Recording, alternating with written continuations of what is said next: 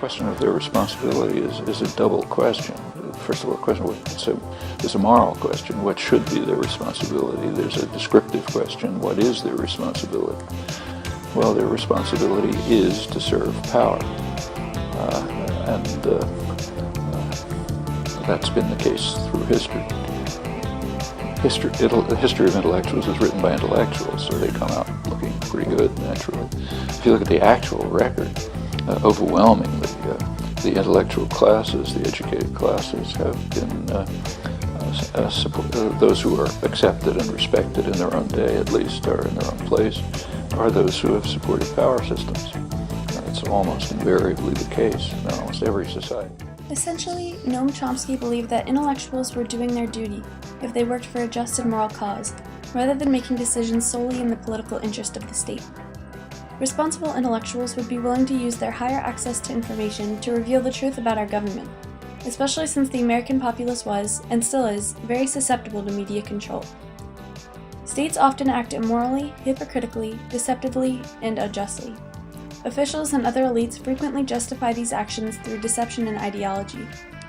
The beginning of expansionism in 1890 was no exception, and many leaders acted irresponsibly, as defined by Noam Chomsky. During that time period, Darwin's idea of survival of the fittest was just coming into light. Theodore Roosevelt and Henry Cabot Lodge used Darwinism to their advantage by saying that the Earth belonged to those who were strong and fit, that is, the U.S. It's of no coincidence that countries in Europe were all participating in expansionism at this time as well. The United States wanted to compete, and we used this idea of social Darwinism from political means, while denying any moral qualms. These intellectuals were acting irresponsibly. However, they were praised because they were acting in the interest of the state, and this trend continued.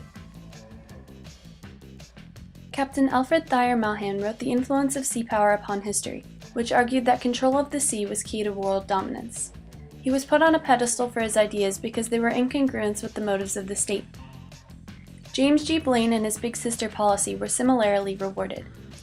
The name implies to the public that we were looking to assist Latin American countries, but really we just wanted to open their markets to U.S. traders. The intellectuals allowed a ruthless quest for power to be justified, and yellow journalists such as Joseph Pulitzer and William Randolph Hearst were of no assistance. In an effort to gain readers, they described foreign exploits as manly adventures.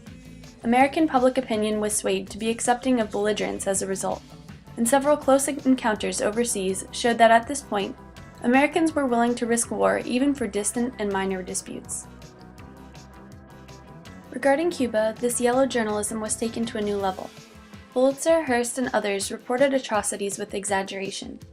When the Maine blew up in Havana Harbor on February 15, 1898, the American masses were eager for war simply because of what they had previously seen in the newspapers, despite the fact that what they read may not have been fully accurate. The journalists allowed their wish for a good story to affect the public, and as a result, they would be considered to be acting irresponsibly as intellectuals by Chomsky. However, other intellectuals were privy to the truth yet stayed quiet, because there were many other strong incentives for the U.S. to go to war in Cuba.